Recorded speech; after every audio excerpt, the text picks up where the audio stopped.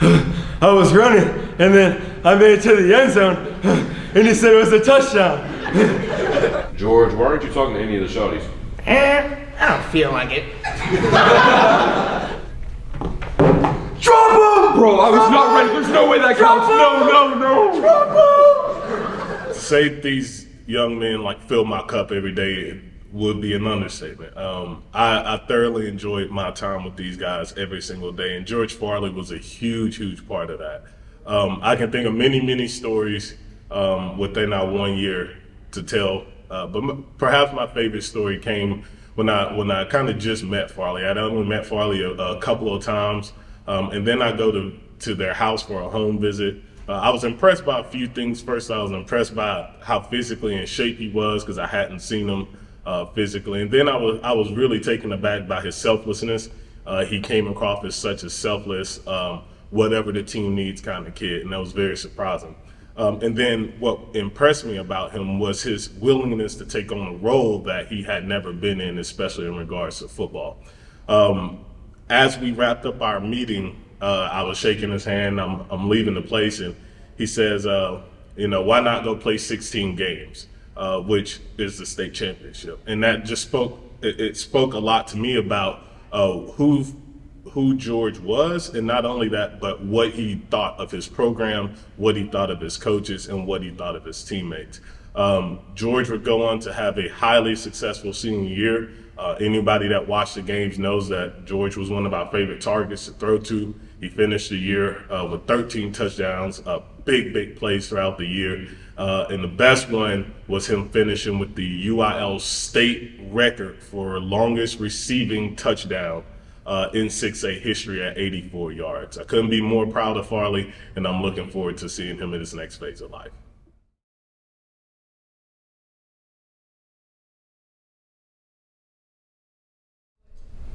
Hey, what else? Hey, you good, bro? I'm trying to gap you up.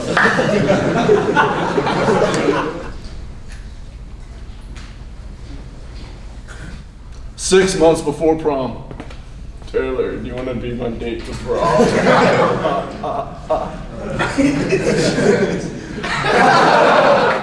Number 30, Chase Babb, man, he was a special kid, full of leadership, full of enthusiasm, and full of love and craft for love for his craft, full of love for what he was doing.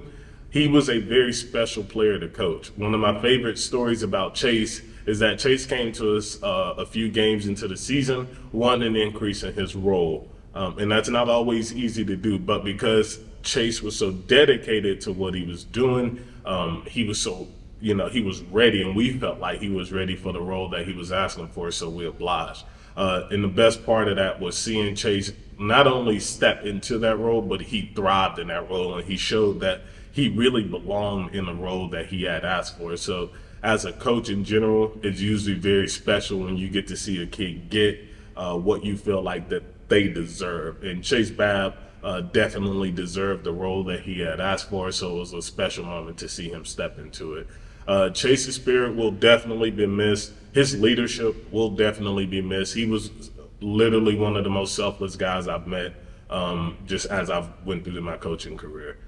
We will miss Chase in the receiver room, and I'm hoping you all the best in the next phase of life.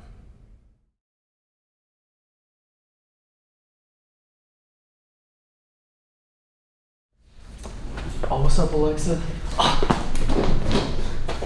We love you, Owen. Thank you for being a part of Viper football.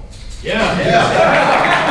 say that Owen was a joy to coach this year would be an understatement. I don't know if I've ever coached a more selfless player who was so interested in fixing their craft and improving their craft as the season went on.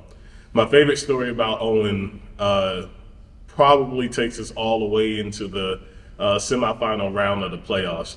This kid had worked so hard all year at perfecting his craft and trying to get better, and he knew that he had an opportunity on special teams to make that happen. And so he just continued working throughout the year, and it all kind of culminated itself in a big moment where, the semifinal round of the playoffs, we found ourselves down 0-14 to a really good football team, and we were kind of needing a spark. And then boom, we hit a big kickoff return to start the scoring, and then go back and watch the film and found out that Conkey is the one who actually had the touchdown block, is what we call him here. And so it was a very special moment for him and for me to be able to see him reach a goal that nobody really knew he set, which was to impact the Vandergrift Viper football team. So Conkey will be missed, his energy will be missed, and most certainly his spirit and dedication to his craft.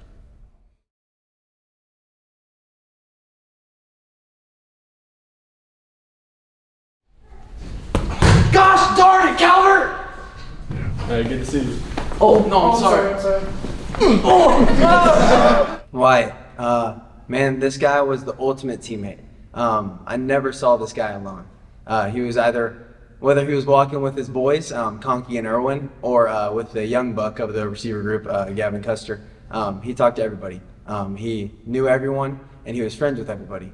And that also showed through all the Crunk Nation stickers he got. Every single time you turned on the film, Wyatt was going crazy for his teammates, no matter who it was. And you can just kind of tell that he didn't care about who you are, he cared for everybody. And that was my favorite thing about Wyatt. Wyatt, I know you're going to do great things in life because of the kind of person you are. I know you're going to impact a lot of people in a positive way because you did that here. I'm super proud to have been your coach. I'm going to miss all of our trips to the sand pit at practice. Love you, man.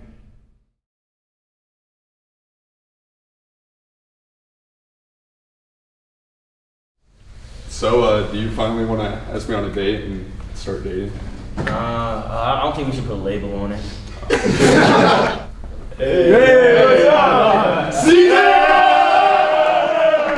Reza, come over here. Yo, what's up, man? Bro, shut up, Reza. Shut up, bro. You get no females, bro. Man, Reza was probably one of the most respected and adored of the teammates that I've been around. In our receiver room, he was certainly loved by his peers. Reza was a guy with many, many names. He had a lot of names given to him by his peers, some of which probably shouldn't be repeated, and then others which I don't even know what they mean. So, but Reza was a selfless guy. Reza definitely loved the team and loved being a part of the team. One of my favorite stories about Reza is just kind of as we went through just kind of learning how to trust each other, learning how to communicate with each other. And we'd often have conversations about life. We have conversations about, being the man in the future, how to deal with certain situations with his peers. And that was all very special to me and made our relationship very, very meaningful. To add to that, got to get Reza in class, which, kind of furthered our relationship. We got to kind of, have some conversations that were tough to have.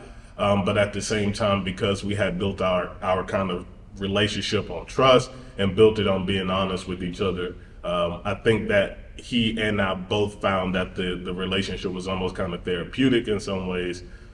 Reza will certainly be missed. I will certainly miss his spirit at practice. I'll certainly miss his post routes, so receivers know what I'm talking about.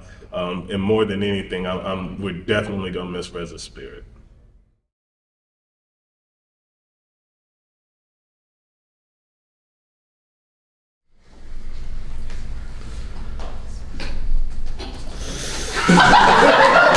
Coach, we're up by 40. You think I can get in the game?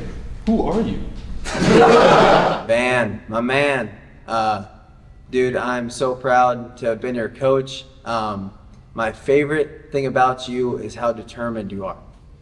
Everything you do to the best of your ability. You go 100% no matter what. There was actually a couple of times in practice where I had to tell you to chill out. Those times were most of the time during our choice route period. We do this drill where we work on our choice routes. We bring the JV DBs over, and one of those DBs happens to be Conkey's little brother, which, Conkey is one of Van's good friends. And so his little brother comes over, and basically they're just going one-on-one is what it is. So they'd go one-on-one, and then they're all, talking to each other and stuff, and then they'd come back for a rematch. And they just kept going rematch after rematch, and I was like, what is happening? Like there's got to be some sort of beef here or something. So I don't know the whole history behind it or what Conky's little brother said to Van, but they were going at it, and it was a show for sure. Van, I don't know how much routing up Conky's little brother will translate to the rest of your life, but I know that whatever you do in life, you're going to be great at it because you're going to do it to the best of your ability. Van, I'm super proud to have coached you, and I love you, man.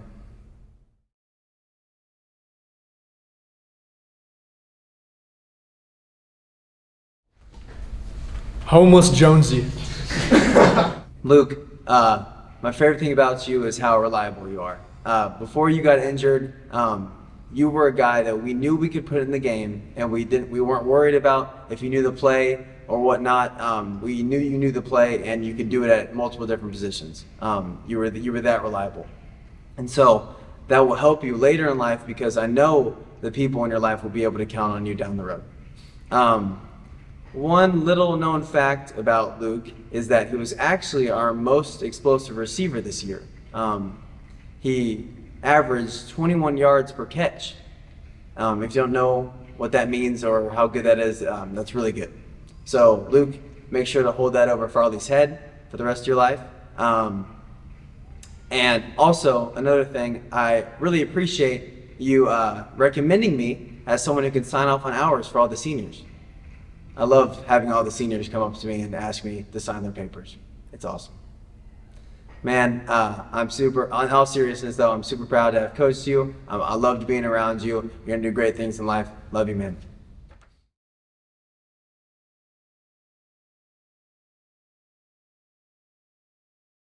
Vin, bro, it's okay. You're good, bro. It's not gonna be okay. Vin, you're good, It's bro. not. It's not okay. Stop. Stop. Vin, Stop. you're Stop. good. Stop. Vin, you're good. No. No. Dang, I gotta go to the bathroom, man. Vin, man, you were the creator of the greatest group handshake of all time, the cinnamon roll.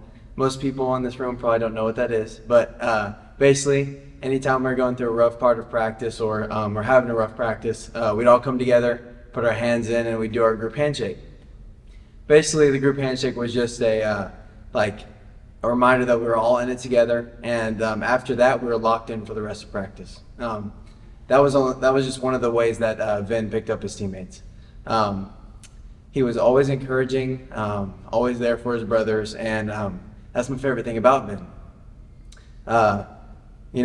Vin, you're leaving a great legacy of that handshake. That handshake me and Coach Dixon are going to use for a long time, as long as you don't trademark it, of course. But you're leaving a legacy of a guy who worked his tail off. He stuck with the program, and then he saw the benefits of it through having a huge, significant role as a senior, and also having brothers for life. Man, I'm so proud to have coached you. Love you, man.